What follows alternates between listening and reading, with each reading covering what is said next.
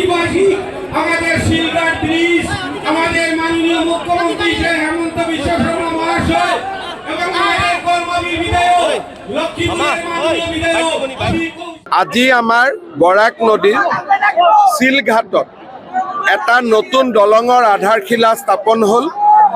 এই দলংটো হৈ গ'লে আমি লক্ষীপুৰ টাউনলৈকেও যাব পাৰিম। বহুত ডাঙৰ এটা কমিউনিকেশ্যন খুলি যাব।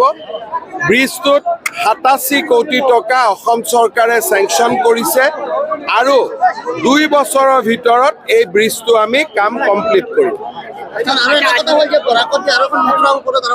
মধুৰা ঘাটৰ ওপৰতো একটা ব্ৰিজ হবে। আছে কি কি প্রোগ্রাম আছে ডিসিকে জিজ্ঞাসা করে।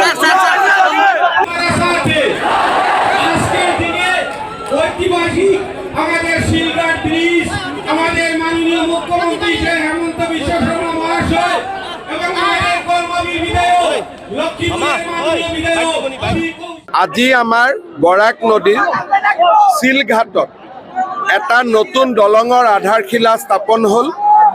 এই দলংটো হৈ গ'লে আমি লক্ষীপুৰ টাউনলৈকেও যাব পাৰিম। বহুত ডাঙৰ এটা কমিউনিকেশ্যন খুলি যাব।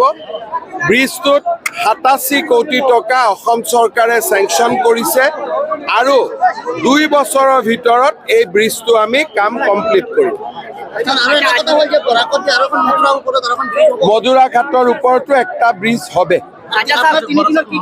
আছে কি কি প্রোগ্রাম আছে ডিসিকে জিজ্ঞাসা করে। আজকের দিনে ঐতিহাসিক আমাদের শিলঘাট ব্রিজ আমাদের মাননীয় মুখ্যমন্ত্রী হেমন্ত বিশ্ব শর্মা মহাশয় এবং আমাদের কর্মবীর বিধায়ক লক্ষ্মীপুরের মাননীয় বিধায়ক আজি আমাৰ বৰাক নদীৰ শিলঘাটত এটা নতুন দলঙৰ আধাৰশিলা স্থাপন হ'ল। এই দলংটো হৈ গ'লে আমি লক্ষীপুৰ টাউনলৈকেও যাব পাৰিম। বহুত ডাঙৰ এটা কমিউনিকেশ্যন খুলি যাব। ব্ৰিজটোত 87 কোটি টকা অসম চৰকাৰে চেংচন কৰিছে আৰু 2 বছৰৰ ভিতৰত এই ব্ৰিজটো আমি কাম কমপ্লিট কৰিম।